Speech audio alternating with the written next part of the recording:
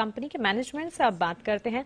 Corona काल में Shalby hospital का मुनाफा दोगुना हो गया है। इस दौरान कंपनी ने करीब 17 करोड़ रुपए का मुनाफा कमाया है, जबकि आय में महज 9% की बढ़त रही है। कहां से सपोर्ट मिला, इस पर बातचीत करने के लिए हमारे साथ शैल्बी हॉस्पिटल के प्रेसिडेंट शनय विक्रम शाह जुड़ गए हैं। मिस्टर शाह, गुड आफ्टरनून, स्वागत है आपका जी बिजनेस पर। और सबसे पहले तो अपना समय देने के लिए शुक्रिया और ढेर सारी शुभकामनाएं। बेहतरीन कारोबार कोरोना काल में आपकी कंपनी ने देखा है, और पर्टिकुलरली अगर मैं ऑक्यूपेंसी की बात करूं, Q3 FY21 में ऑक्यूपेंसी कैसी रही, रिकवरी आपने नॉन कोविड पेशेंट्स में कितनी तिमाही दर तिमाही आधार पर देखी, ये हम जानना चाहते हैं। Sure. Good afternoon. First of all मुझे यहाँ पे आज आमंत्रित करने के लिए बहुत बहुत धन्यवाद। हमने जो इस क्वार्टर में रिकॉर्ड रेवेन्यू और रिकॉर्ड इबिटा नंबर्स पेश किए हैं, हमारा जो है रिकवरी इस बार बहुत बढ़िया हुआ है compare to the lows of quarter 1 and again quarter 2 में काफी इंक्रीमेंट हुआ था। बट इस क्वार्टर की मैं बात करूं कंपेयर टू क्वार्टर 2, तो हमारा inpatient and out patient count दोनों ग्रो हुए हैं बाय 20%, एंड हमारा जो सर्जरी काउंट है वो 50% ग्रो हुआ है। तो बेसिकली कह सकते हैं कि कोविड का काम जो है वो कम होने लगा है, और बाकी जो इलेक्टिव वर्क है, जो सर्जिकल वर्क है, वो सब वापस आने लगा है। बिकॉज जो पेशेंट्स है वो लोग अभी समझ चुके हैं कि भाई जो सर्जरीज है वो मतलब इतना लंबे समय तक पोस्टपोन नहीं कर सकते। तो ये सारा बैकलॉग जो है वो अभी इस साल में, इस कैलेंडर ईयर में वापस आएगा, एंड हम उसका नंबर्स वगैरह ऑलरेडी देख रहे हैं। We are already seeing the number in flux. Recovery हमने ऑक्यूपेंसी रेट में देखी, लेकिन अगर नतीजों की बात करें, सालाना आधार पर ग्रोथ में बढ़त देखने को मिली।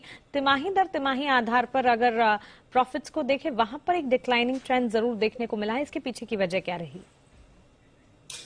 अगर आप प्रॉफिट बिफोर टैक्स देखें तो बेसिकली लास्ट ईयर के हिसाब से भी ग्रोथ है एंड प्रीवियस क्वार्टर के हिसाब से भी ग्रोथ है। हम लोग जो है वो हम मैट में फॉल करते हैं, मिनिमम ऑल्टरनेट टैक्स में। तो basically our tax cash outflow is only 18%। तो आप जो भी देख रहे हैं कि भाई पैट डिप हुआ है, वो बेसिकली जो डेफर्ड टैक्स है उसकी एंट्री की वजह से है। तो वो समझना बहुत जरूरी है कि ये सिर्फ एक बुक एंट्री है, एंड ये बेसिकली कैश आउटफ्लो नहीं है कंपनी का। सो बाय ऑल मीन्स ये जो प्रॉफिट है, it has been the highest ever recorded for the company if you look at the cash profits compared to quarter 2 of FY21 or compared to quarter 3 last year also.